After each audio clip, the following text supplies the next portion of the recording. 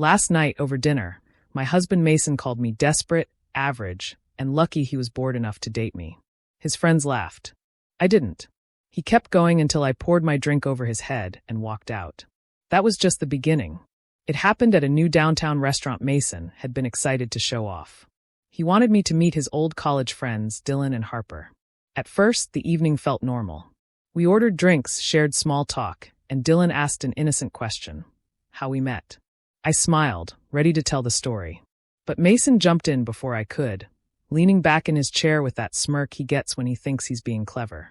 He started with small jabs, saying I'd been obsessed with him from the moment we met. I laughed awkwardly, hoping he'd stop. Instead, he went further, saying I was lucky he'd noticed me, that I'd been plain and desperate back then. Dylan chuckled uncomfortably. Harper stared at her plate. Mason didn't notice, or maybe he didn't care.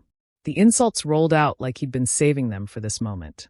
He claimed he'd trained me to be better, that no one else would have wanted me. He said it like a joke, but his eyes were sharp, testing me. Each word landed harder than the last. My face felt hot. My hands clenched in my lap.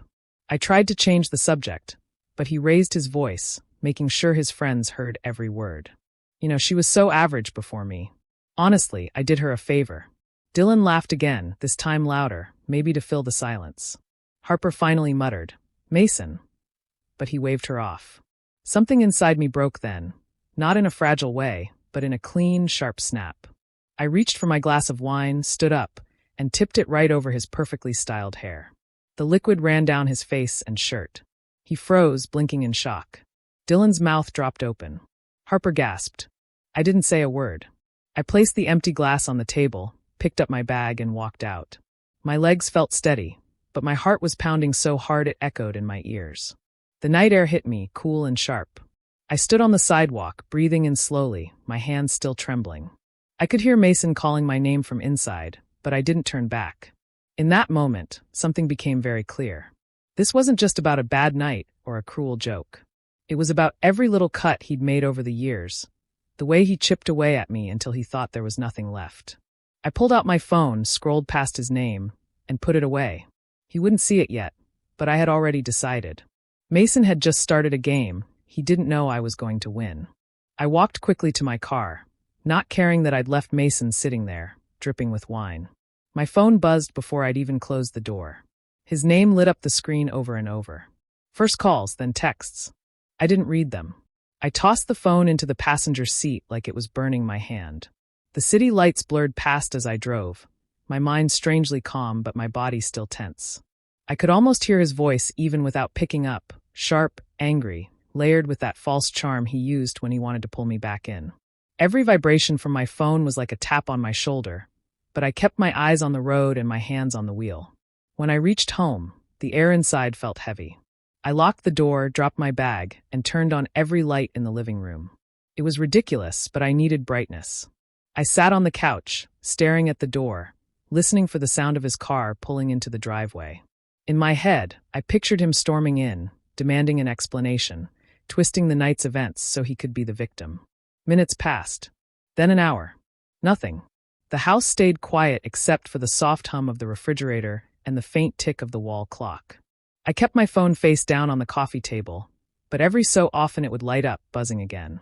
I knew he wasn't calling to apologize. Mason didn't do apologies, he did lectures. After what felt like forever, I picked up the phone. I didn't open the messages. I went straight to his contact, hit block, and let the silence settle in. It wasn't relief, not yet. Just space. A pause between the chaos and whatever came next. I stayed there for hours, not moving much, my mind replaying the dinner in bits and pieces. Mason's smirk. Harper's eyes dropping to her plate. Dylan's nervous laugh. I kept waiting for my hands to stop shaking, but they didn't. When I finally went to bed, I left the lamp on. The shadows in the corners of the room felt too deep. Sleep didn't come easily. I'd close my eyes and see Mason leaning back in his chair, tossing out those words like they meant nothing. I'd open them again and stare at the ceiling, listening for a car outside. Somewhere in the early hours, I drifted off, my dreams tangled and restless. I woke more than once, not sure if it was the creak of the house or my own racing thoughts that pulled me out of sleep. By morning, the sunlight spilling through the blinds felt too sharp. I reached for my phone before remembering I'd blocked him. Still, there were messages, new numbers, ones I didn't recognize. I opened one, just enough to confirm what I'd expected. No hint of remorse. No admission of going too far. Just a wall of blame, as if the night before had been entirely my fault. I set the phone back down and stared at it for a long time. The day felt different already. Not lighter, not better, just changed. Something in me had shifted, and I knew there was no turning it back. I didn't pack much. Just a bag with a few changes of clothes, my laptop, and whatever I could grab in 10 minutes. The air outside was cool but heavy, as if it knew something I didn't. I didn't text Mason, didn't call. I just drove, my hands gripping the wheel a little too tightly, my eyes fixed on the road leading to my parents' house. Their porch light was still on when I pulled up, even though it was mid-morning. I knocked lightly out of habit, then let myself in. My mother appeared from the kitchen almost instantly, her face softening the moment she saw me. She didn't ask questions. She just opened her arms and pulled me in. "You're freezing," she murmured, even though I wasn't. I let her think it was the weather. Dad was in his armchair, a mug of coffee in hand. He looked at me for a long second, then set the mug down. "You're early," he said, his voice flat. I nodded but didn't answer. His eyes narrowed slightly, but he didn't push. Mom ushered me to the couch and sat beside me. "Tell me," she said, her tone gentle but firm, the way she did when I was little and had scraped my knee. I started from the beginning. How Mason had invited me to dinner, how his friends had been there, how the conversation had shifted from harmless to cruel in minutes. I repeated his words exactly, even the pauses, the way he leaned back like he was performing. Mom's lips pressed into a thin line. When I finished, the room was quiet except for the ticking of the old wall clock. Dad stood abruptly. "I'll be back," he said, already heading for the door. I called after him, but he didn't respond. The door shut behind him, and his car started a moment later. Mom looked like she wanted to follow, but she stayed. "He's just cooling off," she said, though her eyes betrayed worry. I tried to distract myself by scrolling through my phone. That's when Harper's name appeared on the screen. I almost didn't open it, but I did. "You should know Mason's telling people you were drunk and made a scene last night." My stomach dropped. She sent another message before I could reply. "He's saying you were yelling and embarrassing him in front of his friends. That you overreacted."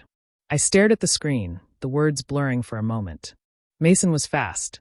He'd wasted no time flipping the story, painting himself as the victim. I imagined him talking, maybe even laughing, as he recited this version to anyone who would listen. Mom must have seen the change in my face. "What is it?" she asked. I handed her the phone. Her jaw tightened as she read. The realization settled over me like cold water. If I stayed quiet, his story would become the story. People would believe it, repeat it, until my version sounded like an excuse. Mason knew exactly what he was doing. I sat there, phone still in my hand, my mother's eyes on me. Something in me clicked into place. If he wanted a story war, I'd give him one. But mine would be the truth, and I wouldn't let him win by speaking first. I opened Instagram and stared at the blank story screen for a while, my thumb hovering over the keyboard. If Mason wanted to spread lies, I wasn't going to play his game directly, but I could plant doubt. I took a photo of my untouched glass of wine from last night, still on the kitchen counter where I'd set it when I got home. The caption was short. Didn't even finish one. I hit post. Within minutes, the little circles started popping up at the bottom of the screen. Views, reactions, quick replies. Some were just emojis, but others were short messages from people I hadn't heard from in years. I opened none of them right away.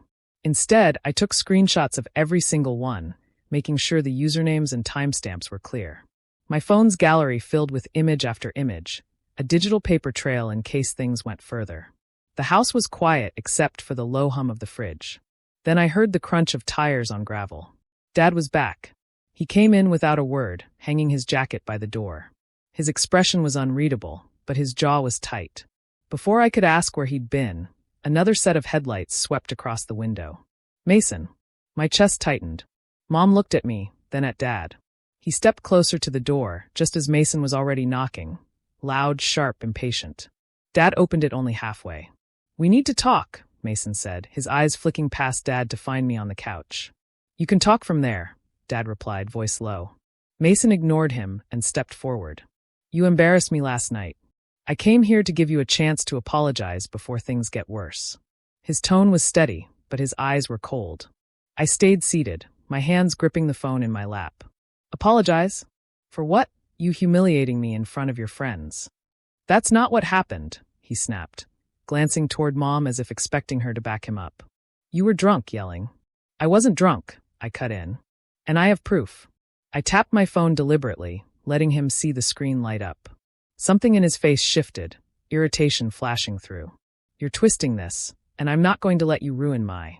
That's enough, Dad said, stepping between us. His voice wasn't loud, but it carried weight. Mason's jaw worked, and then, too fast, he reached out, grabbing at Dad's arm to push him aside. It happened in a blink. Dad shoved him back, a solid, unyielding movement that sent Mason stumbling toward the porch steps. His shoes scraped against the wood as he caught himself, his face red, not from pain but from humiliation. We stared at each other across the doorway, neither speaking.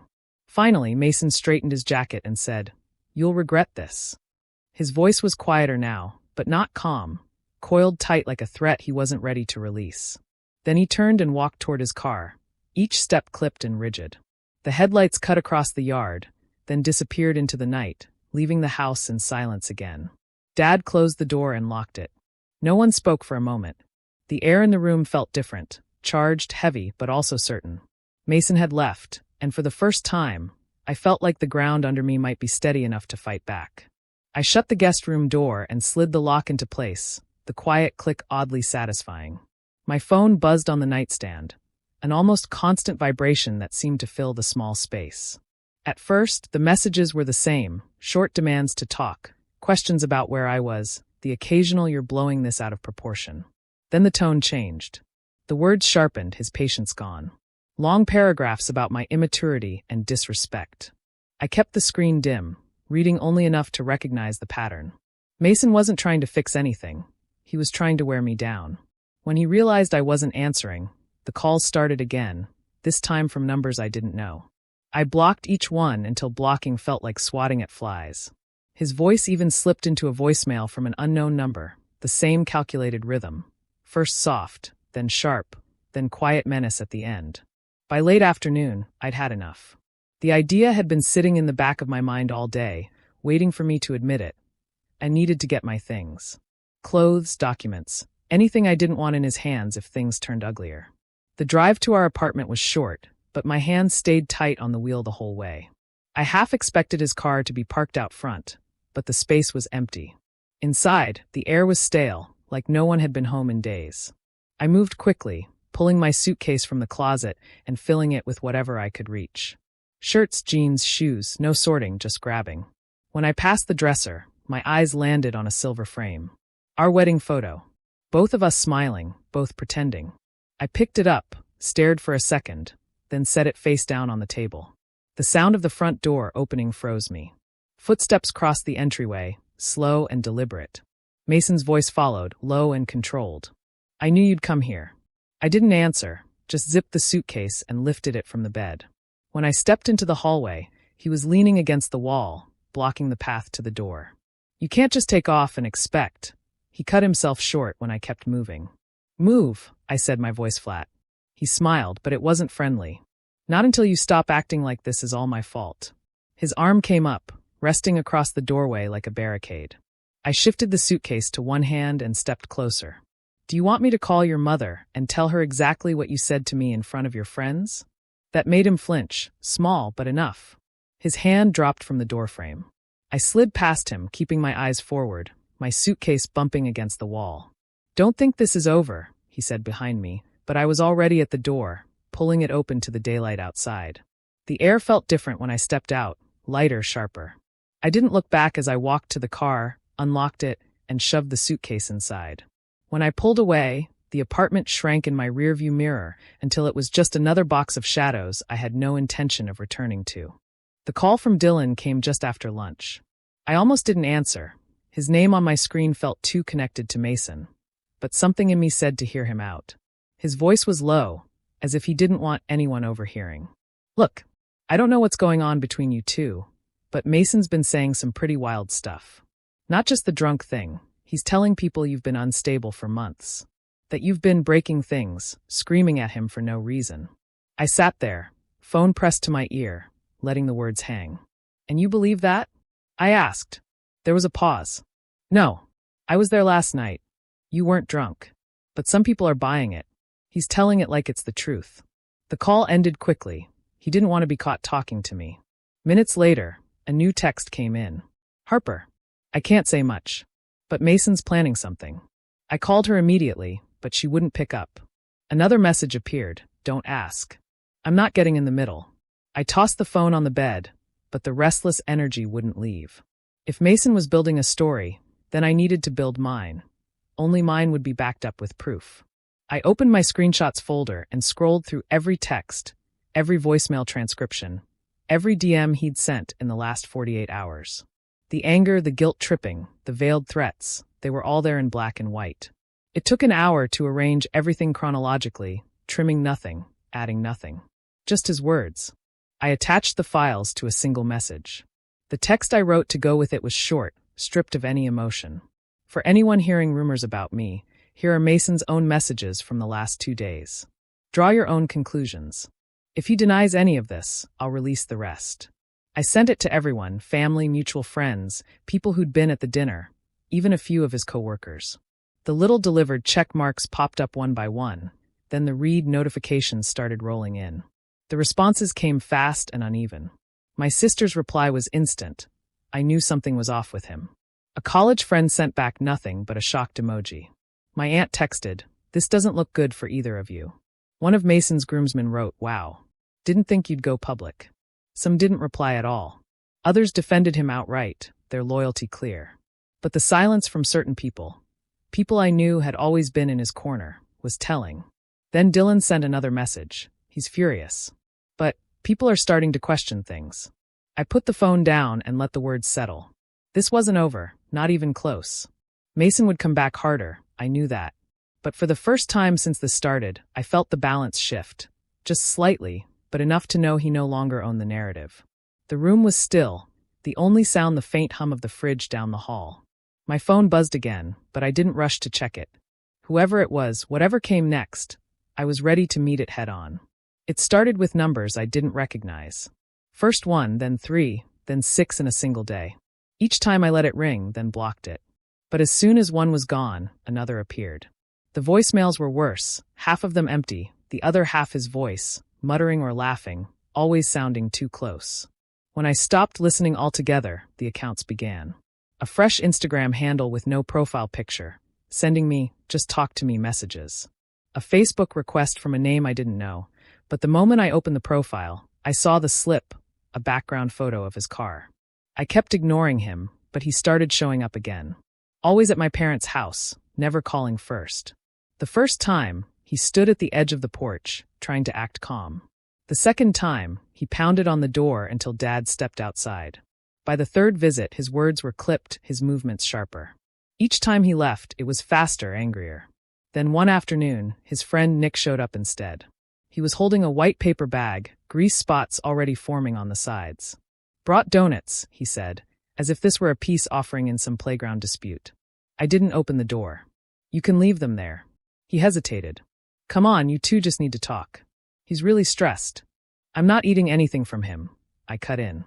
The bag stayed on the porch until Mom threw it out that evening.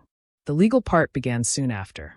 I'd already met with a lawyer, and the divorce paperwork was finally filed. But instead of responding, Mason dragged it out. Weeks passed with no signed papers, only bursts of online rants on his private accounts.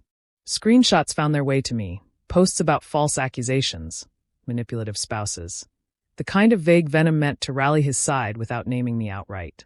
I didn't comment, didn't engage. Instead, I focused on something he wouldn't see coming. I found a small apartment across town, a second-floor unit with chipped paint on the balcony, but good locks on the doors. I signed the lease quietly, no announcement, no posts. In the evenings, I packed my things into boxes, moving them a few at a time. The sound of tape pulling from the roll became a kind of background rhythm, steady and sure. I carried my own cousin's wedding down brought the us narrow into the stairs same of my room parents for for the the first first time in months, loading them into my the car kind of while the family street event was no still one dark. could skip without The raising new apartment questions. smelled faintly The of kind fresh where paint everyone and wears old their wood. best smile. The first night, and pretends I old set my tensions mattress don't on the exist. floor and left The the reception curtains hall open, was warm letting and the buzzing, city lights spill the in. air sweet with No flowers buzzing and phone, champagne. no headlights And I sweeping told across myself the yard, I could get through no the shadow evening at if the I door. stayed on one side For of the the first room time in and he weeks, stayed the on the silence other. felt like But mine. Mason didn't do distance. From the moment he walked in, I could feel his presence, even before I saw him. He moved through the crowd in slow, deliberate loops, greeting relatives, shaking hands, laughing too loud at stories he'd heard 100 times. Every pass seemed to bring him closer to my table, like a tide creeping in. By the middle of the night, I'd stopped trying to enjoy the party and started counting how many times he'd circled. I slipped toward the hallway by the bathrooms just to breathe without his shadow in my periphery. I didn't make it far. His hand caught my arm before I could step back into the crowd, fingers pressing just enough to make me stop. "We need to talk," he said, leaning close. His tone was low, but the heat in it made my skin prickle. "Let go," I said, not bothering to match his whisper. The words carried just far enough for a few heads nearby to turn. He tightened his grip for a beat before letting go, eyes flicking around at the people who'd noticed. "You're making a scene," he hissed. "No," I said clearly, "you are." The moment cracked open. Conversations slowed, glances landed on us, and Mason, either forgetting or no longer caring where he was, raised his voice. "Tell them the truth. Tell them what you've done." Music faltered. The groom appeared almost instantly, expression sharp, stepping between us with the authority of someone who wouldn't tolerate this on his wedding day. "Outside. Now." Mason tried to speak, but the groom was already guiding him toward the door. The sound of it closing behind them seemed to release the room.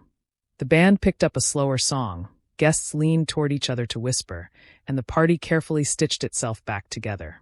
I returned to my seat, aware of the small, protective gap that had formed around my chair. Mason was gone, at least for now, but the echo of his voice still hung in the air like the last note of a song no one had wanted to hear. The quiet after the wedding didn't last long.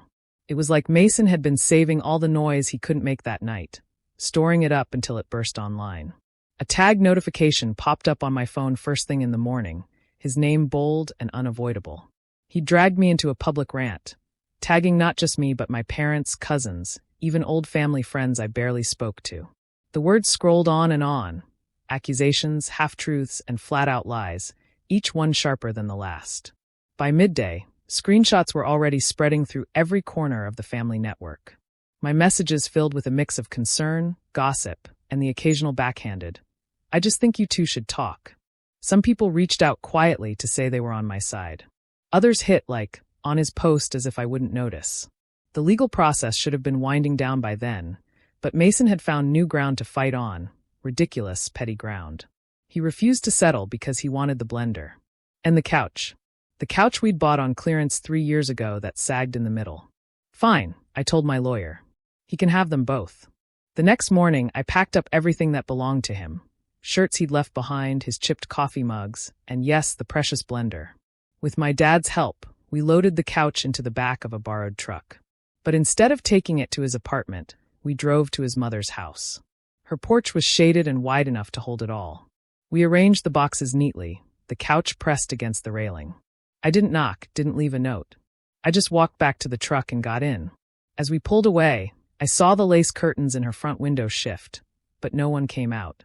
From there, the paperwork moved quickly. Signatures, stamps, official dates, it all fell into place. Mason stayed quiet in person, but the traces of him still floated in the background, passed along through mutual acquaintances.